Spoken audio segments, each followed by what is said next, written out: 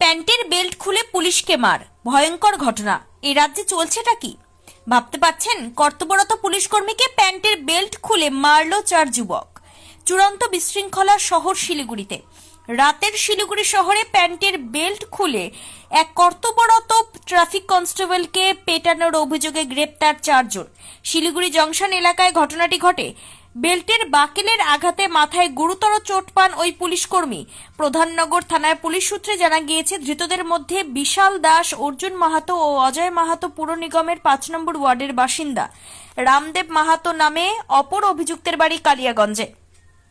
তাদের স্কুটিটি বাজেয়াপ্ত করেছে পুলিশ। ধৃত 4 জনকে শিলিগুড়ি আদালতে তোলা হলে তাদের 14 দিন জেল হেফাজতের নির্দেশ দিয়েছেন বিচারক।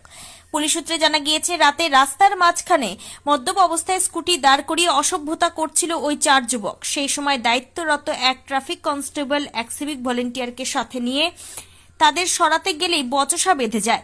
এই সময় ওই যুবকেরা নিজেদের বেল্ট খুলে ওই কনস্টেবলের ওপরে ঝাঁপিয়ে পড়ে। বেধড়ক মারধর করা হয় ওই কনস্টেবলকে।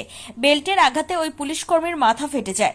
তড়িঘড়ির সাথে থাকা সিভিক ভলেন্টিয়ার অন্যান্য ট্রাফিক পুলিশ কর্মীদের খবর দেন এবং খবর দেওয়া হয় প্রধাননগর থানায়। এদিকে এই দৃশ্য দেখে ভিড় জমে যায়, কিন্তু নিমেষের মধ্যে ওই 4 যুবক স্কুটি নিয়ে কেটে পড়ে। এরপর প্রধাননগর থানার পুলিশ স্থানীয় সিসিটিভি ফুটেজ খতিয়ে দেখে ওই 4 যুবককে চিহ্নিত করে।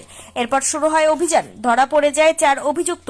ধৃতদের বিরুদ্ধে কর্তব্যরত পুলিশ কর্মীকে মারধর, প্রাণনাশের চেষ্টা সহ নানান অভিযোগ আনা হয়েছে।